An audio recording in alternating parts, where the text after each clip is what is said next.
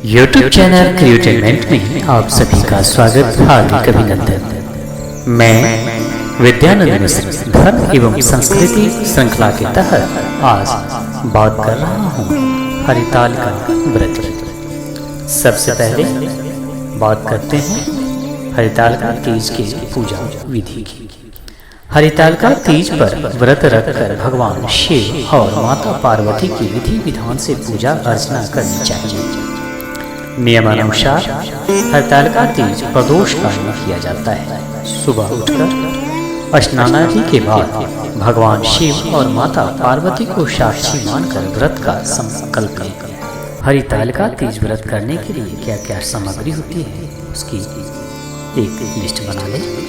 भगवान शिव और माता पार्वती एवं भगवान गणेश की मिट्टी अथवा बालू से निर्मित प्रतिमाएं, पीला वस्त्र, रोली, केले का पत्ता, सुपारी, बेलपत्र, धतूरा, शमी के पत्ते, दुर्वा, कलश, अक्षर, घी, कर्पूर, गंगाजल, दही, शहद और जनेऊ।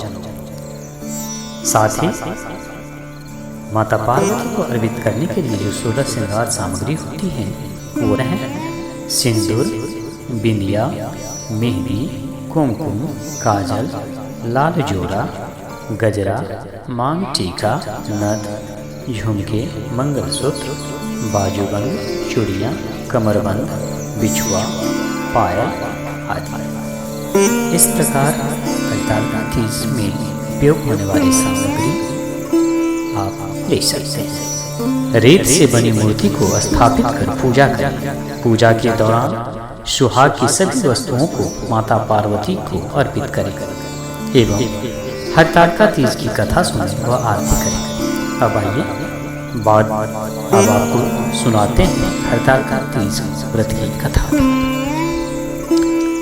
शंकर भगवान कहते हैं, हे गौरी, पर्वतराज हिमालय पर स्थित गंगा के तट पर तुमने अपनी बाल्यावस्था में 12 वर्षों तक अधोमुखी होकर घोर तप किया था।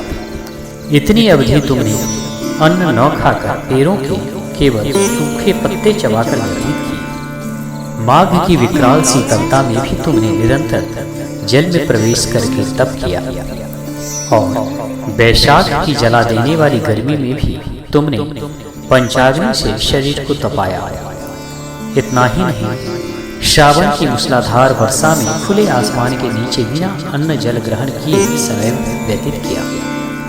तुम्हारे पिता तुम्हारी कष्ट साध्य तपस्या को देखकर बड़े दुखी होते थे। उन्हें बड़ा क्लेश होता था। तब एक दिन तुम्हारी तपस्या तथा पिता के क्लेश को देखकर नारद जी तुम्हारे घर पधारे और तुम्हारे पिता ने हृदय से उनका अतिथि सत्कार करके उनके आने का कारण पूछा। नारद जी ने कहा, गिरिराज, मैं भगवान विष्णु के भेजने पर यहाँ उपस्थित हुआ हूँ।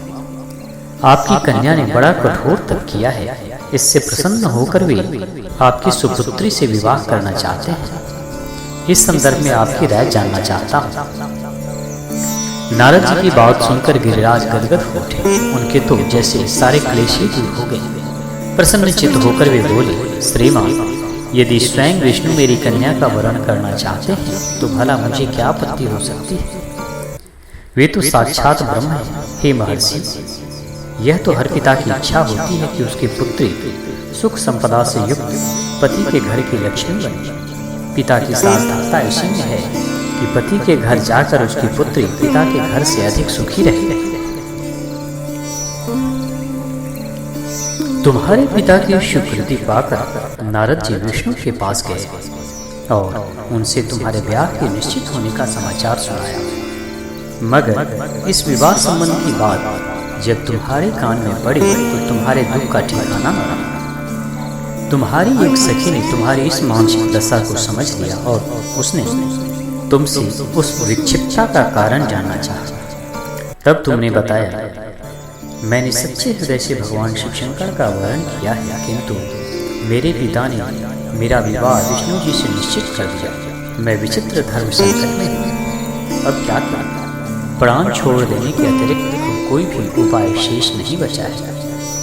तुम्हारी सखी बड़ी ही समझदार और सूझबूझ वाली थी।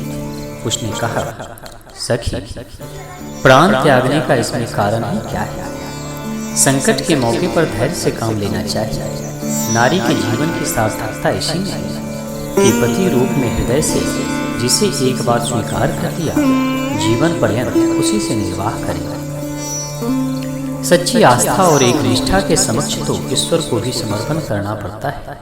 मैं तुम्हें घनघोर जंगल में ले चलती हूँ, जो साधना स्थल भी हो और जहाँ तुम्हारे पिता तुम्हें खोज भी न पाए। वहाँ तुम साधना में लीन हो जाना।